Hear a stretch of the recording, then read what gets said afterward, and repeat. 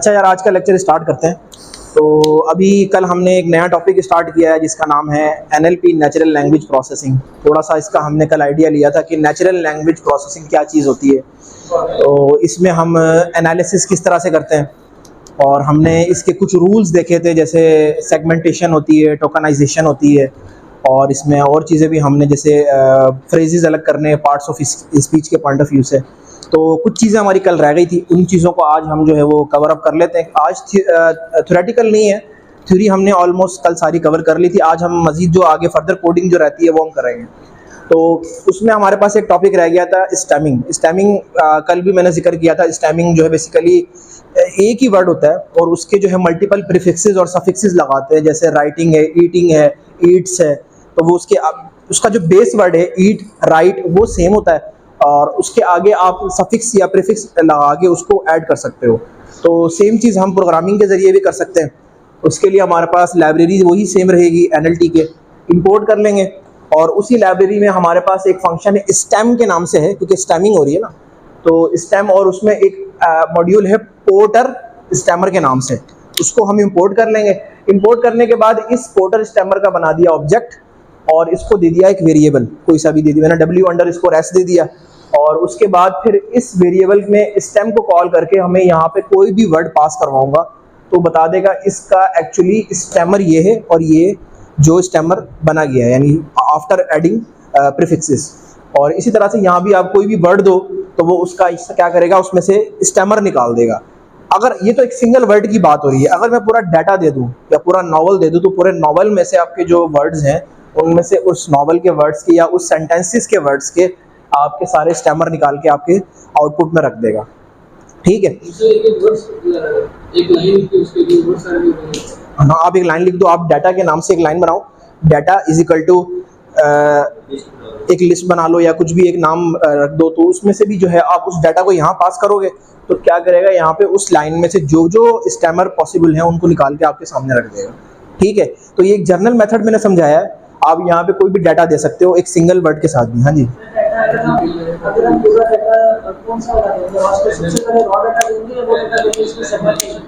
नहीं, raw data दे दो, raw data दे दो। वो भी इंक्लूड कर सकता है, लेकिन स्टैमर बेसिकली क्या होता है, स्टैमर वो उन्हीं अल्फाज को चूज करेगा जिनकी स्टैमिंग हो सकती है, इसकी स्टैमिंग नहीं होती है। ठीक है ना, इंग्लिश की अगर आप रूल्स एंड रेगुलेशंस देखो ना, तो उसमें सिर्फ उन अल्फाज की स्टैमिंग हो सकती है जो कि उन्होंने रूल डिफाइन किया हुआ है, तो वो बेसिकली उन्हीं को चूज करेगा। ठीक है, तो ये जस्ट एक एग्जांपल है, आप यहाँ डाटा कोई भी दे सकते हो। तो इस तरह से स्टैमिंग होती है, इतना मुश्किल कॉन्सेप्ट नहीं है स्टैमिंग का। तो आई होप सो यहाँ क्लियर हो गया होगा ये। अब आगे एक चीज़ है वर्डनेट। ठीक है, अब वर्डनेट बेसिकली ना क्या चीज़ है, वर्डनेट ना बेसिकली एक NLTK की एक लाइब्रेरी है, मतलब उसका एक सब मॉड्यूल है। उसमें हम क्या कर सकते हैं कि किसी भी स्पेसिफिक ज़ुबान, यहाँ पे इंग्लिश की बात हो रही है, तो इंग्लिश के आपको कोई भी वर्ड है उसकी मीनिंग देख सकते हो, उसकी हिस्ट्री देख सकते हो कि वो वर्ड आया कहाँ से, क्योंकि किसी भी वर्ड का कोई ना कोई ओरिजिन तो होता है लाजमी। ठीक है, तो वर्डनेट बेसिकली एक ऐसी NLTK का मॉड्यूल है जिसके ज़रिए हम क्या कर सकते हैं, हम अपना किसी भी वर्ड का मीनिंग ले सकते हैं, उसका सिनोनियम उससे पूछ सकते हैं, उसका एंटोनियम पूछ सकते हैं। अब सिनोनियम एंटोनियम का आइडिया होगा आपको, सिमिलर वर्ड्स और अपोजिट वर्ड्स को कहा जाता है। और इसके अलावा मीनिंग देख सकते हैं, उसका ओरिजिन देख सकते हैं। तो यहाँ पे एक शुरुआत लेते हैं हम कि मिसाल के तौर पे मैंने एक यहाँ पे थोड़ा सा डेफिनेशन भी इसकी लिखी है कि डेटाबेस है basically for English language to find meanings, synonyms, antonyms of any words. ठीक है, तो इंपोर्ट कैसे करना है, NLTK का मॉड्यूल है तो NLTK.corpus इंपोर्ट कर लिया हमने वर्डनेट, और साथ ही इसको कह दिया SWN, अगर शॉर्ट फॉर्म देना है आपने उसको SWN। उसके बाद ये जो मॉड्यूल है बाय डिफॉल्ट आपके NLTK में नहीं होता, तो आप इसको डाउनलोड करोगे। डाउनलोड करने के लिए आपने लिखना है NLTK.download और आगे उसका नाम। तो ये आपके जुपिटर नोटबुक में ही 2 से 3 मिनट लेगा, बशर्ते कि आपके पास इंटरनेट अवेलेबल हो। तो ये ट्रू यहाँ पे आपके पास कंडीशन आ जाएगी। इसके साथ इसका एक और सब मॉड्यूल है OMW, ये इसका पैकेज है और उसका वर्जन नंबर 1.4, ये भी डाउनलोड करना ज़रूरी है। तो इसको भी डाउनलोड कर लोगे तो इसका भी ट्रू आ जाएगा। तब ये दोनों चीज़ें डाउनलोड हो जाएंगी, उसके बाद ये आपका वर्डनेट फुली फंक्शनल काम करेगा। ठीक है, तो अब जब हमारे पास दोनों चीज़ें डाउनलोड हो गई, अब हम क्या करेंगे, सिंपल हम क्या करेंगे, एक बनाएंगे वेरिएबल, उस वेरिएबल में w1 मैंने इसको लिया, जैसे np लेते थे, याद होगा numpy में, और sysnet उसका एक सब मॉड्यूल है जिसमें आप कोई भी वैल्यू पास कर सकते हो जिसका आपने मीनिंग चेक करना है। तो लेट से मैंने दे दिया डॉग, और ये बेसिकली सिंटैक्स का हिस्सा है कि आपने उसका इंडेक्स नंबर भी देना होता है, ठीक है। तो मैंने कह दिया डॉग, ठीक है। तो अब क्या करेगा, सबसे पहली चीज़ मैंने उसको बताया कि एस का मुझे नेम बताया कि मैंने यहाँ पे क्या नाम दिया है। वैसे इस चीज़ की ज़रूरत तो नहीं होती, ऑब्वियसली हमें पता है हमने नाम क्या दिया है, तो चेक करने के लिए मैं बता सकता हूँ कि ये डॉग है तो यहाँ पे डॉग रिटर्न कर देगा, ठीक है। उसके बाद मैं कहता हूँ कि ये जो मैंने वर्ड लिखा है ना, इसकी डेफिनेशन बताया मुझे, ये क्या है, डॉग क्या है। वैसे तो सबको पता है एक जो है वो एक एनिमल है, लेकिन ये बताएगा कि a member of Canis descendant from wolf breeds, यानी उसका ओरिजिन बता रहा है कि डॉग्स जो हैं वो कैनिस, बेसिकली एक वर्ड है लातिनी जुबान का, लैटिन वर्ड कैनिस, उसका नाम भी डॉग ही होता है, वहाँ से निकला है। और ये कहना चाह रहा है कि ये जो कैनिस है बेसिकली ये वुल्फ जो होते हैं ना, वुल्फ के अबाव अजदाद से एक ये जो है ब्रीड निकल के आई है। जैसे अक्सर लोग जो कैटल का काम करते हैं ना, जो अक्सर लोग जो ये मवेशियाँ वगैरह पालते हैं, तो उनको अंदाज़ा होता है कि ये ब्रीड किस तरह की है, कहाँ से इसका ओरिजिन चल के आ रहा है। तो बेसिकली वो क्या बताया, इसकी डेफिनेशन में ही बताना चाह रहा है कि डॉग जो है बेसिकली जो वुल्फ के जो आपके डिसेंडेंट्स हैं, यानी उसके जो अबाव अजदाद हैं, एंसेस्टर्स हैं, वहाँ से ये ब्रीड निकल के आई है डॉग्स की। अब इसकी थ्योरी वाकई एग्जैक्टली यही है, वो तो खैर वो तो एक आपको जोलॉजिस्ट बता सकता है, लेकिन एग्जैक्टली जो डेफिनेशन उसने दी है उसने यही दी है। हाँ जी, ये वर्ड नेट एक डेटाबेस है, मैंने बताया ना डेटाबेस है, एक लाइब्रेरी है। हाँ, इंग्लिश लैंग्वेज, सिर्फ इंग्लिश लैंग्वेज, सिर्फ और सिर्फ इंग्लिश लैंग्वेज की एक डिक्शनरी कह लो यार, आसान से अल्फाज में, कि वर्ड नेट एक इंग्लिश लैंग्वेज की डिक्शनरी है जो कि हम पाइथन के ज़रिए NLTK में यूज़ कर सकते हैं, ठीक है। तो अब मैंने यहाँ पे वर्ड दिया, वर्ड को प्रिंट करवा दिया, उसकी डेफिनेशन उसने बता दी। अब मैं कहता हूँ थोड़ा सा मजीद उसको मुझे क्या करके बताया, एग्जाम्पल्स बताया, यानी इसको मुझे सेंटेंस बता के बताया, मुझे नहीं समझ आई इस बात से। तो वो कहेगा कि हाँ जी, जो डॉग जो होते हैं वो बार्क करते हैं रातों को, ऑल नाइट जो है वो भौंकते रहते हैं। तो वो एक मिसाल दे रहा है आपको कि इस तरह से जो है ये काम इनका नॉर्मली ये होता है। अच्छा, तो अब कहता हूँ कि इसके हाइपर नेम्स बताए, और कौन से हाइपर नेम्स हैं। कैनाइन मैंने बताया एक लैटिन वर्ड है जिसका नाम होता है, जिसका मतलब होता है डॉग, और एक डोमेस्टिक एनिमल है, ठीक है। तो इसको इस तरह भी रिप्रेजेंट किया जाता है। और इसके अलावा इसके हाइपर नेम्स कौन कौन से होंगे, और उसमें हाइपोनेम्स के नाम से उसको डिनोट किया जाएगा। यानी मिसाल के तौर पे हाइपोनेम्स ये होते हैं कि उसी की तरह की और ब्रीड्स कौन सी हैं, मतलब मिसाल के तौर पे डॉग है तो डॉग से मिलते जुलते और ब्रीड्स कौन से पाए जाते हैं। तो एक तो है बिच, यानी जो उसका फीमेल वर्जन है, ठीक है। डॉग इटसेल्फ डॉग हो गया, इसके अलावा फॉक्स, हाइना, जैकल, वाइल्ड डॉग और वुल्फ, ये सारे जितने भी एनिमल्स हैं, डोमेस्टिक एनिमल तो खैर इसमें नहीं है, कुछ आधे इसमें वाइल्ड है। तो ये लेकिन जितनी भी सारी ब्रीड्स हैं ना, ये सारे समझ लो एक ही तरह के ख़ानदान के लोग हैं, ठीक है। तो ये बताना ये चाह रहा है कि इसमें जो हाइपर नेम्स हैं, यानी उसके जो फर्दर हाइपर नेम्स हैं, वो इस तरह की ब्रीड में से बिलोंग करते हैं। तो कहने का मकसद ये है कि वर्ड नेट एक बेसिकली आपके पास डेटाबेस है, ठीक है, जिसके ज़रिए आप एनालिसिस कर सकते हो किसी भी वर्ड का, उसकी डिटेल ले सकते हो, उसका ओरिजिन जान सकते हो, उसके बाकी फैमिली के मेंबर जान सकते हो, ठीक है, कि पॉसिबल कौन से हो सकते हैं। तो डॉग जो है वो बेसिकली इन सब ब्रीड से कहीं ना कहीं से ताल्लुक़ रखता है। जैसे हम कहते हैं ना कि जैसे टाइगर है और आपके पास लेपर्ड है और जो लायन है, ये सब एक ही ब्रीड के लोग हैं। और इसमें बेसिकली वो आपकी कैट भी शामिल है। आपको पता है कैट भी जो है वो इसी ब्रीड से है, जो लायन, टाइगर, और क्योंकि वो कहते हैं ना कि बिल्ली शेर की खाला है, तो वो बेसिकली इसी ब्रीड से ताल्लुक़ रखती है। तो ये सारे भी जो है एक ही फैमिली के लोग हैं। अच्छा, तो ये बेसिकली वर्ड नेट का काम इतना ही है कि यहाँ से इसमें हम क्या कर सकते हैं, एक डेटाबेस निकाल सकते हैं किसी भी वर्ड का, ठीक है। वर्ड नेट समझ आया। अच्छा, अब आगे चीज़ थी एक लेमाटाइजेशन, हमने कल पढ़ी थी। लेमाटाइजेशन क्या होती है कि आपके पास morphological form of words called lemma, यानी इसमें हम ये कर सकते हैं, जैसे इसी की मिसाल लूँ मैं, इसमें जो मैंने हाइपर नेम्स की बात की थी ना, यहाँ पे ये हाइपर नेम जो इसने बताया कि डॉग, कैनिन और डोमेस्टिक एनिमल, ये उस डॉग के क्या है, लेमा है, कि एक ही सिमिलर काइंड ऑफ वर्ड्स। कल भी मैंने इसका जिक्र किया था। तो अगर फ़र्ज़ करो मैं इसी डाटा सेट में लेमा चेक करना चाहता हूँ, तो बताएगा, एक मैंने बनाया वेरिएबल लेमास के नाम से, और ये एस वही है जो मैंने यहाँ डिफाइन किया था। पर आगे मैं कहता हूँ मुझे लेमा बताए कितने हैं, तो वो कहेगा 3 है। 3 कौन कौन से मैं चेक करूंगा, मुझे मैंने अरे पास करनी पड़ेगी 0 1 2, ठीक है। 0 पे डॉग इटसेल्फ, और दूसरे 1 पे कौन सा है, डोमेस्टिक एनिमल यानी डॉग, और उसके बाद कैनिस फैमिली। कैनिस मतलब एक लैटिन वर्ड है और उसका मतलब क्या होता है, डॉग ही होता है, ठीक है। तो लेमा क्या होता है, basically similar kind of words होते हैं जो आपका एक्चुअल जो वर्ड्स होता है उससे मैच करने के लिए, समझ आया। अच्छा, तो इस तरह से मैं किसी भी वर्ड का लेमा चेक कर सकता हूँ, यानी उसकी सिंपल लेमाटाइजेशन कर सकता हूँ, ठीक है। और अब ये बेसिकली नॉर्मल सा एक फीचर है। उसके बाद अगली चीज़ है पॉज टैगिंग, यानी पार्ट्स ऑफ स्पीच टैगिंग। यानी आपके पास एक जुमला है, उस जुमले में पार्ट्स ऑफ स्पीच की टैगिंग करनी है, यानी आपने अलग अलग करने हैं कि ये वर्ब है, ये नाउन है, ये एडजेक्टिव है। वो सारे पार्ट्स ऑफ स्पीच आपने स्कूल टाइम पे इंग्लिश में पढ़े होंगे, तो वो मैं यहाँ पे नहीं सिखा रहा आपको। लेकिन इसमें होता क्या है कि पॉज टैगिंग में ना एक टेबल होता है बेसिकली। अब ये टेबल याद करने की ज़रूरत नहीं होती है। इस टेबल में आपको जो है ये क्या बताएगा कि जैसे पर्सनल प्रोनाउन है तो उसका एक टैग होगा PRP, वर्ब है तो वर्ब अगर सिंगुलर है तो VBP, VBG होगा। वर्ब अगर पास्ट में आता है, प्रेजेंट में आता है तो VBD हो जाएगा। TO2 सिंपल होगा। NN होता है नाउन सिंगुलर के साथ, और JJ का मतलब होता है एडजेक्टिव। तो ये बेसिकली एक टेबल है जो जितने भी पार्ट्स ऑफ स्पीच होते हैं, डिटेल पार्ट्स ऑफ स्पीच, उनको ना टैग के जरिए उसने एक टेबल बना दिया है। इस टेबल को याद करने की जरूरत नहीं, मैंने आपको जो PDF फाइल दी है उसमें कंप्लीट टेबल गिवन है, वहाँ से आप देख सकते हो। और अव्वल तो इसको ध्यान में रखने की जरूरत भी नहीं है, ये चीज़ हमें NLP ने करके देनी है, हमने उससे करवानी है, इसलिए इसको याद करने की ज़रूरत नहीं है। जस्ट मैंने आइडिया के तौर पे आपको यहाँ बताया कि बेसिकली कि जो JJ है उसका मतलब क्या होता है कि वो उस सेंटेंस में एडजेक्टिव है, ठीक है। तो अब इसको करके देखते हैं कि ये काम कैसे करता है पाइथन में। अगेन हमारे पास वही NLTK की लाइब्रेरी है। तो सबसे पहले क्या करेंगे, हम डाउनलोड कर लेंगे इसका मॉड्यूल।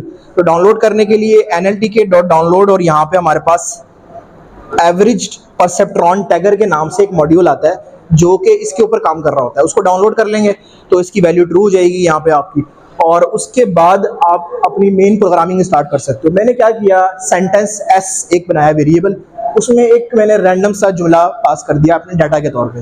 मैंने कह दिया I am going to university. तो अब मैं क्या करने लगा हूँ, इस सेंटेंस के मैं पॉज टैगिंग करने लगा हूँ। तो वो कैसे होगी, अब सबसे पहले लाइब्रेरी इंपोर्ट करेंगे हम फ्रॉम NLTK.tokenize। अब यहाँ पे ध्यान में रखो कि आपकी पहले टोकनाइजेशन होगी, उसके बाद टैगिंग होगी।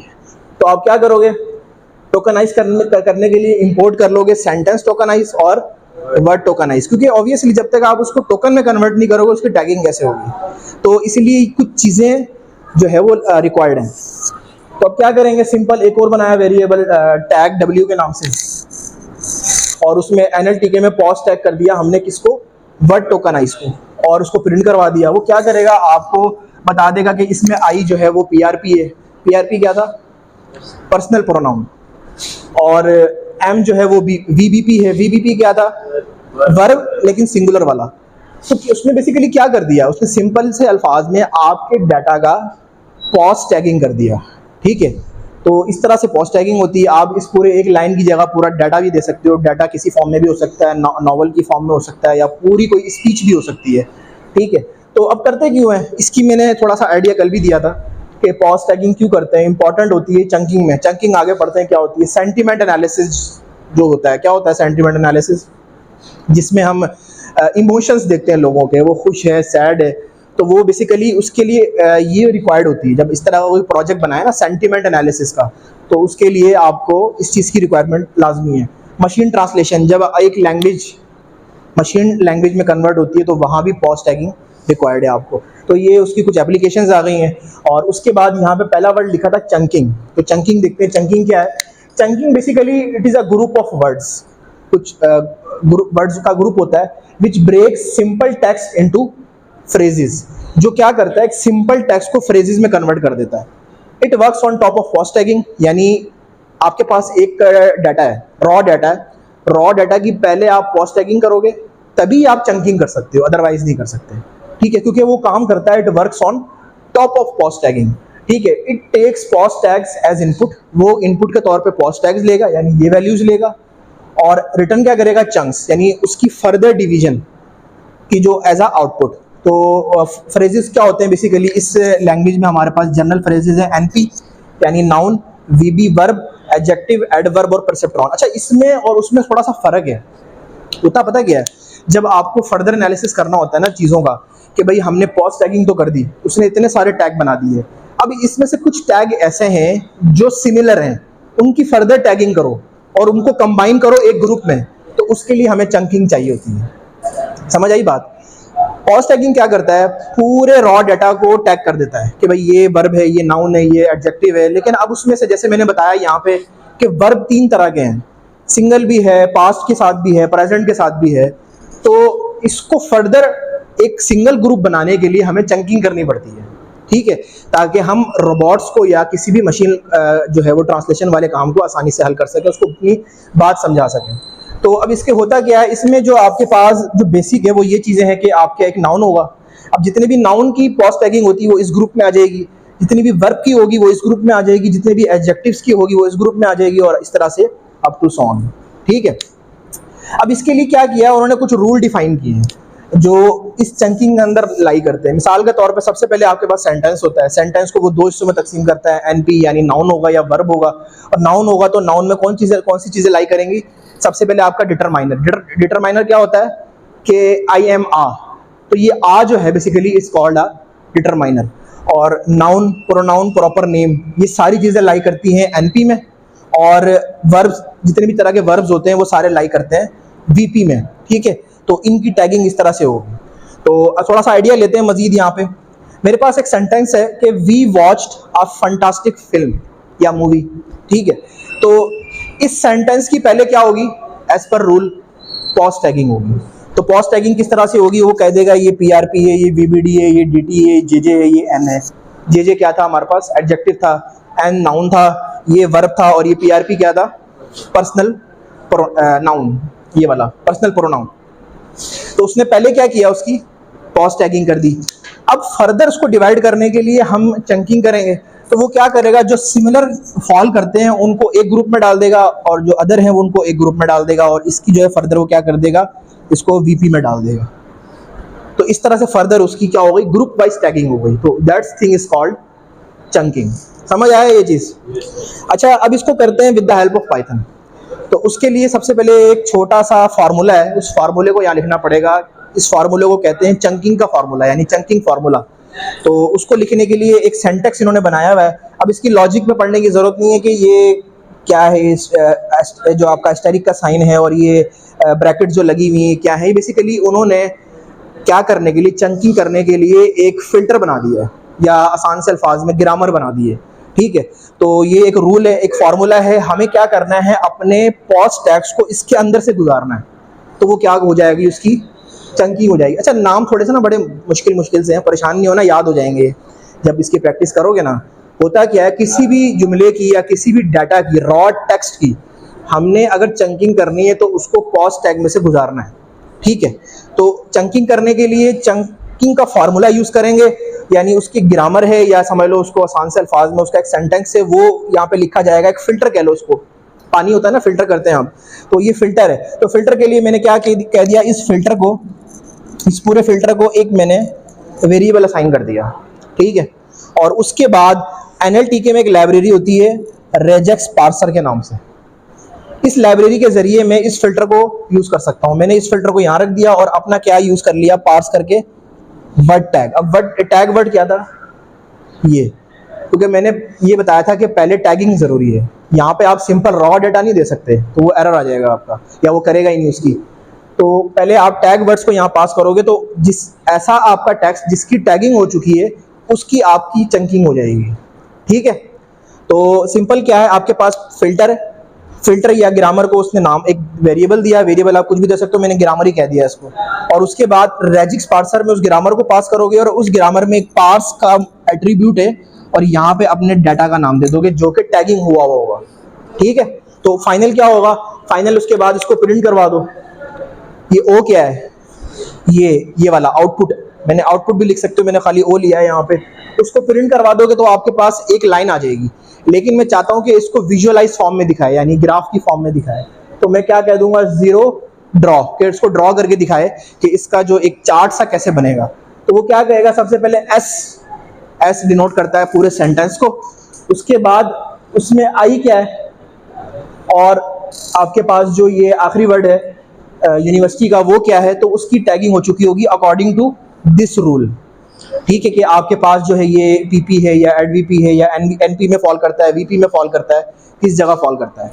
ठीक है, तो इसको विजुअलाइज फॉर्म में इस तरह से एक ट्री की तरह बना के दिखा देगा। ठीक है, तो ये बेसिकली होती है चंकिंग। समझ आई चंकिंग? मुश्किल तो नहीं है। अच्छा, अगला वर्ड है चिंकिंग काफ़ी सिमिलर है। अब इसमें होता क्या है, समटाइम जब हमारे पास जब डाटा बिग फॉर्म में आता है ना, तो उसमें जब उसकी हम चंकिंग करते हैं तो कुछ हमारे पास ऐसे सिनेरियो आ जाते हैं जिनकी चंकिंग नहीं करनी थी हमें। ठीक है, वो कुछ खास स्पेशल वर्ड्स थे। ठीक है, तो उन वर्ड्स को उस चंकिंग में से निकालने के लिए चिंकिंग की जाती है। ठीक है, इस बात को समझो। Take chunk as a whole, chunk उसने पूरा ले लिया। अब चंक क्या है, इस डाटा को, इसकी जो आउटपुट है उसने उसको ली, क्या किया, and define chunk we want to remove, यानी उसमें से ऐसा चंक जिसका उसने चंकिंग कर दी है, यानी उसको अलग कर दिया है, उसने उसको अलग नहीं करना था, उसको रिमूव करने के लिए चिंकिंग की जाती है, और that thing is called chunk, और जो फिनोमेना है इज कॉल्ड चिंकिंग। ठीक है, तो काफ़ी सिमिलर वर्ड्स हैं चंकिंग और चिंकिंग। होता यह है कि पहले पॉज टैग होता है, पॉज टैग की फर्दर डिवीजन के लिए कि ग्रुप में कन्वर्ट कर दे उसको, कि अगर सारे वर्ब्स है तो उनका एक अलग ग्रुप बना दे, सारे नाउन्स है तो उनका एक अलग ग्रुप बना दे, उसके लिए चंकिंग करते हैं हम।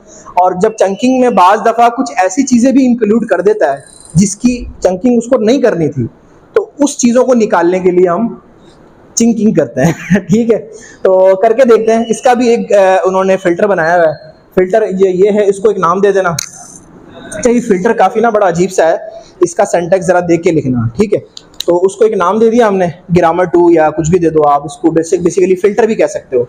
और उसको क्या करोगे आप, एनएलटी के रिग्रेसर में ही ग्रामर 2 पास कर दो। ये एक आपकी जो लाइन है ये सेम है जो यहाँ थी, उसको एक बनाया वेरिएबल, और इसमें आपने अगेन टैग वर्ड्स दे सकते हो। वैसे प्रॉपरली ये देना चाहिए ओ, क्योंकि बेसिकली इसमें से निकालेगा ना, लेकिन मैंने आसानी के लिए समझाने के लिए टैग वर्ड दिया था यहाँ पे, ताकि आपको पता चलेगा एग्जैक्टली कर कैसे रहा है वो। ठीक है, तो टैग वर्ड दे दिया, आगे उसकी आउटपुट आ गई, उसको शो करवा दिया, तो वो बता देगा कि बेसिकली आपका मेन सेंटेंस एस था, उसमें फर्दर चिंकिंग हुई है और फिर ये आपकी चंकिंग हो गई है। ठीक है, नहीं, इसमें ऑटोमेटिकली क्यों करेगा, हमने यहाँ पे प्रॉपर ये वर्ड देना था ना, लेकिन मैंने ये, आप ये पहले ये दे के देखना और फिर ये वाला देखना, और दोनों में डिफरेंस मैच कर लेना कि पहले चंकिंग में क्या था और चिंकिंग में क्या था। ठीक है, तो अभी फिलहाल समझाने के लिए मैंने यहाँ पे टैग वर्ड्स दिए हैं। टैग वर्ड्स कौन से हैं, जिनकी ये हुई हुई है, पॉज टैगिंग हुई हुई है, पॉज टैगिंग हुई हुई है, तो ताकि आपको देखो इसमें ना ये वाला वर्ड नहीं आया था, ये डिफरेंस था, उसमें ये वाला वर्ड आ गया था कि उसकी उसमें से उसको निकाल दिया उसने। तो इस तरह से चिंकिंग होती है। सिंपल सी लॉजिक यही है। सबसे पहले पॉज टैगिंग होती है। पॉज टैगिंग क्या होती है, पार्ट्स ऑफ स्पीच के हवाले से, और उसके बाद पार्ट्स ऑफ स्पीच में जो ग्रुप के सिमिलर वर्ड्स होते हैं उनको एक में करने के लिए चंकिंग होती है, और उसमें से अगर कोई स्पेसिफिक आपने निकालना हो या फिर जो उसकी ऐसे वर्ड्स जो आपको रिक्वायर्ड नहीं थे वो निकालने हो तो उसके लिए चिंकिंग होती है। ठीक है, हाँ जी, ये ओ बेसिकली O2 कह दो उसको यार, ये O1 था। हाँ, वही तो मैं कह रहा हूँ, पहले ओ डाल लेना, यहाँ पे ओ डाल के देखना, और उसके बाद टैग वर्ड डाल के देखना, और दोनों में डिफरेंस चेक करना। पोस्ट टैगिंग से कर देगा, पोस्ट टैगिंग से डायरेक्ट चिंकिंग हो जाएगी। ये भी एक दो फिनोमेना केस अलग अलग हैं। अगर तो कोई कहता है ना कि टैग वर्ड से डायरेक्ट चिंकिंग करके दिखाओ, तो आप इस तरह कर सकते हो, लेकिन कोई कहता है कि पहले चंक्स बनाओ फिर उसकी चिंकिंग करो, तो फिर आप ये वाला जीरो दो, ये ओ जो है इसको दो। ठीक है, ये दो यूज केसेस है ना इसके, कि समटाइम्स ये रिक्वायर्ड होता है, समटाइम्स वो रिक्वायर्ड होता है। तो आप यहाँ पे जीरो लिख के देख सकते हो, उसकी आपकी जो है वो चंकिंग की चिंकिंग हो जाएगी, और जो है टैगिंग की डायरेक्ट चिंकिंग हो जाएगी। ठीक है, थोड़े से ज़रा डिफरेंट से वर्ड है। अच्छा, ये कब समझ आया कि बेसिक कहानी क्या है। ठीक है, उसके बाद सबसे इंपॉर्टेंट चीज़ है NER, जिसका अक्सर सवाल पूछा जाता है। इवन कि माइक्रोसॉफ्ट का जब टेस्ट हुआ था उसमें भी काफ़ी सवाल इसके आए थे कि नेम एंटिटी रिकॉग्निशन क्या होती है। ये मैंने कल भी बताया था आपको कि नेम एंटिटी रिकॉग्निशन NER क्या होता है। ये बेसिकली जो फेमस पर्सनैलिटीज़, पीपल, ऑर्गेनाइजेशंस, आपकी जो है वो ऑर्गेनाइजेशन हो गई, प्लेसेस हो गए, उन सब की टैगिंग करना is called name entity recognition. ठीक है, क्योंकि हम चैट बॉट्स को समझा रहे होते हैं ये क्यों कर रहे हैं, बेसिकली क्या वजह क्या है इनकी, क्योंकि हमने एनएलपी का टारगेट किया है। चैट बॉट्स हैं, आपकी जो है वो सेंटीमेंट एनालिसिस है, आपके रोबोट्स बनाना है। अब रोबोट्स को ना चीज़ें समझानी है। मैंने उसको कहा, जैसे मैं आपको समझा रहा हूँ ना, इस तरह उसको बात नहीं समझ आती, उसको बात समझ आती है किसी एक रूल्स और ऑर्डर के तहत। तो इस तरह से ये सारे रूल्स एंड ऑर्डर बनाए गए हैं कि ताकि जो रोबोट्स हैं, चैट बॉट्स हैं या कुछ और काम जो एनएलपी के ज़रिए हो रहा है, उनको ये सब चीज़ें समझाई जा सकें। ठीक है, तो अब अगली चीज़ है हमारे पास NER। इसमें क्या होता है, आपके पास सेंटेंस होता है या कोई डाटा होगा, रॉ डाटा होगा, उसके अंदर क्या करोगे आप, उसमें से पीपल, ऑर्गेनाइजेशन, फेमस प्लेसेस या इस तरह की चीज़ों को बाहर निकालोगे। तो स्टार्ट करते हैं, मिसाल के तौर पे एक डाटा है मेरे पास, रॉ फॉर्म में है ये। तो क्या डाटा है, mister Khan made a deal on a beach of Switzerland near WHO। एक सेंटेंस है, ठीक है, रॉ डाटा है। तो अब मैं क्या करूँगा, सबसे पहले इसकी टोकनाइजेशन करूँगा, मतलब रूल इसमें चलेगा, ऐसा नहीं है कि डायरेक्ट उसकी नेम एंटिटी रिकॉग्निशन हो जाएगी, ऐसा नहीं है, रूल होगा। सबसे पहले इस सेंटेंस की वर्ड टोकनाइज होगी। अगर इससे पहले आपके पास पूरा नॉवल है तो उसकी सेंटेंस होगी, फिर उसकी वर्ड होगी। इसमें डायरेक्ट वर्ड कर रहा हूँ मैं, वर्ड टोकनाइज, और आगे डाटा पास कर दिया मैंने। अब क्या होगा, एक सिंपल फॉर लूप लगा दिया कि जितने भी आपकी जो है ना टोकनाइजेशन यहाँ हो जाएगी। उसके बाद फिर क्या करोगे, उस टोकनाइजेशन में से पॉज टैग निकाल लोगे।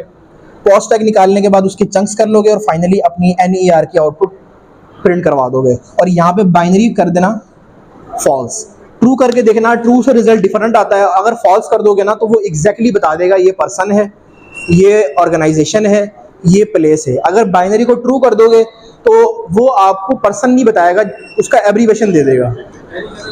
दोनों तरीके से हो सकती है, यहाँ पे बाइनरी ट्रू भी हो सकता है, बाइनरी फॉल्स भी हो सकता है। ट्रू करोगे तो क्या आंसर आएगा, आपके पास आंसर आएगा एब्रीवेशन की फॉर्म में, ठीक है, एक मिनट। और अगर फॉल्स करोगे तो आपके पास आंसर आएगा एक्चुअल नेम की फॉर्म में। हाँ जी,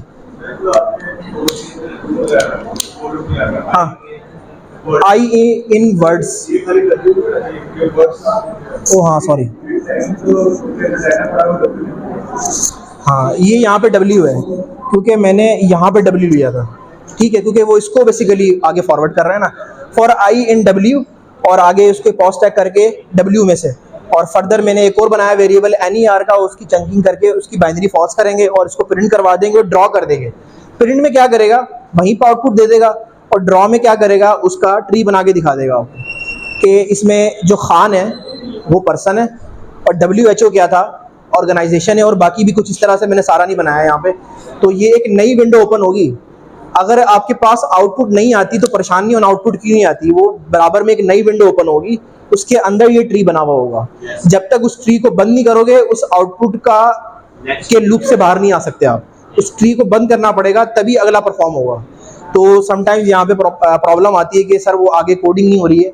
उसका मतलब यही होता है कि जब इसकी आउटपुट आपको दिखाएगा ना, वो उस विंडो को आपने क्लोज करना है। विंडो जब तक क्लोज नहीं होगी आगे कोडिंग नहीं कर सकते आप, ठीक है। तो ये समझ आया। अच्छा, उसके बाद एक आखिरी चीज़ है हमारे पास, बैग्स ऑफ वर्ड्स।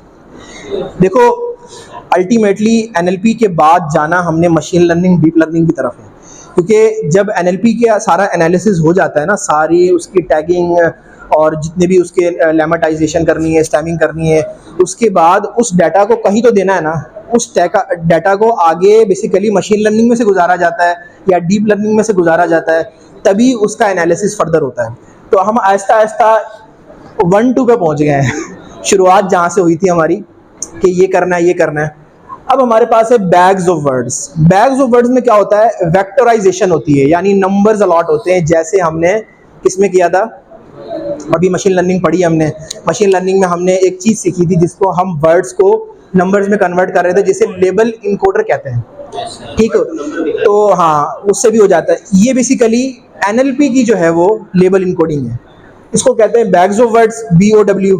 इसके लिए क्या होता है, आपके पास रॉ टेक्स्ट होता है, क्लीन किया जाता है, उसको टोकन किया जाता है, उसकी फ्रीक्वेंसी निकाली जाती है, फाइनली उसको वेक्टर्स में कन्वर्ट किया जाता है। होता कैसे, लेट्स से मेरे पास एक रॉ डाटा है कि अजहर और उस्मान ट्रैवल्ड बाय बस, बस से ट्रैवल करते हैं।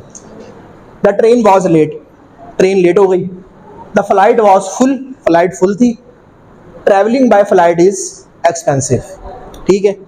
तो अब इस रॉ डाटा को आपने वेक्टर्स में कन्वर्ट करना है, यानी नंबर्स में कन्वर्ट करना है। कैसे करेंगे? मैंने यहीं पे इसको एक वेरिएबल का नाम दे दिया है एस सेंटेंस, यानी सेंटेंसेस है ना 3 मेरे पास, और उसको मैंने रॉ डाटा में कन्वर्ट। पहले थ्योरी समझते हैं इसकी। पहले क्या होगा, डाटा क्लीन होगा, फर्दर क्लीन करने की जरूरत नहीं है इस केस में। तो मैं क्या करूँगा, डायरेक्ट टोकन बनाऊंगा, इसके वर्ड टोकन बनाऊंगा। तो मैंने क्या कर दिया है, एंड बस बाय एक्सपेंसिव फ्लाइट फुल दा और अप टू सोन, मैंने सारे नहीं लिखे हैं यहाँ पे। तो ये क्या हो गई, वर्ड की टोकनाइजेशन हो गई। अब क्या करना है, फ्रीक्वेंसी चेक करनी है। मेरे पास कितने सेंटेंसेस हैं, 3। अगर ये कहानी सिंगल हो तो पहले आप सेंटेंस बनाओगे, तो ये चीज़ वहाँ से डिसाइड हो सकती है। अभी मुझे पता चल रहा है ऑलरेडी सेंटेंस बने हुए हैं इसमें, तो मैं कहता हूँ कि 1, 2 और 3 सेंटेंसेस हैं। तो मैंने S1, S2, S3, ये थ्योरी समझा रहा हूँ। ये काम पाइथन ने खुद करना होता है, अभी फिलहाल थ्योरी समझा रहा हूँ। एंड पहला वर्ड आपका क्या है, टोकन। पहला टोकन क्या है, एंड का वर्ड सेंटेंस 1 में कितनी दफ़ा है, 1 दफ़ा है, तो 1 आ गया।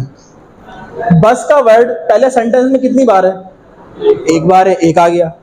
बाय का वर्ड सेंटेंस 1 में कितनी बार है, 1 बार है। एक्सपेंस का वर्ड है ही नहीं, इसलिए 0। और अप टू सोन दा 1 बार है, तो वो दा बल्कि है ही नहीं, सॉरी, दा 0 आ जाएगा। इसी तरह से S2 की बारी है, 1 बाय 1 देखेंगे। S3 की बारी होगी तो यहाँ पे फ्लाइट 1, 2 बार आ रहा है, तो यहाँ पे 2 आ जाएगा। इसी तरह से ये पूरा टेबल बन जाता है आपका। मैंने पूरा टेबल नहीं बनाया क्योंकि मैंने जस्ट एक एग्जांपल दिया आपको कि बेसिकली ये जो फ्रीक्वेंसी डिस्ट्रीब्यूशन है ना, कैसे होती है किसी भी सेंटेंस की, बैग ऑफ वर्ड्स। ठीक है, अब क्या करना है, इसी काम को करना है पाइथन के जरिए, क्योंकि हमने तो जस्ट एक थ्योरी देखनी है, काम तो पाइथन ने करके देना हमें। क्या करेंगे, यहाँ पे अनफॉर्चुनेटली NLTK में कोई मॉड्यूल अभी तक नहीं आया है, तो हम दोबारा अपनी लाइब्रेरी, पुरानी लाइब्रेरी scikit-learn की तरफ जाएंगे, उसको कहेंगे हमारी हेल्प कर। उसके पास एक मॉड्यूल है फीचर एक्सट्रैक्शन के नाम से। हम क्या करेंगे, scikit-learn में से वो फीचर एक्सट्रैक्शन को कॉल करेंगे, उसमें से आगे फर्दर इंपोर्ट होगा हमारा काउंट वेक्टोराइजर के नाम से।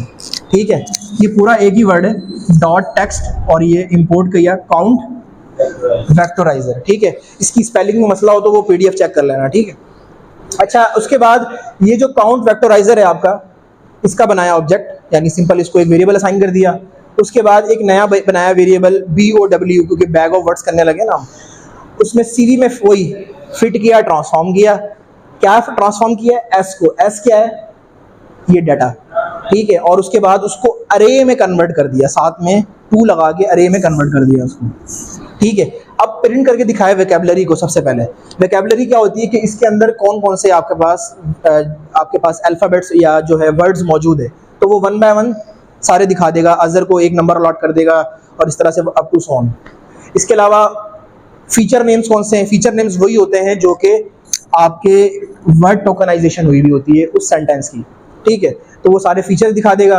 और उसके बाद जब हम फाइनली कहेंगे BOW, इसको प्रिंट कर दें, तो यहाँ पे यही वो टेबल जो यहाँ बना रहे थे हम, ये हमें बना के दे देगा। अब इस डाटा को आगे मशीन लर्निंग में भी दे सकते हैं हम, डीप लर्निंग में भी दे सकते हैं फर्दर एनालिसिस के लिए। तो ये थी आपकी NLP। ठीक है, और आज टास्क कोई नहीं है, इसी को परफॉर्म करो ताकि आपका प्रैक्टिस हो जाए।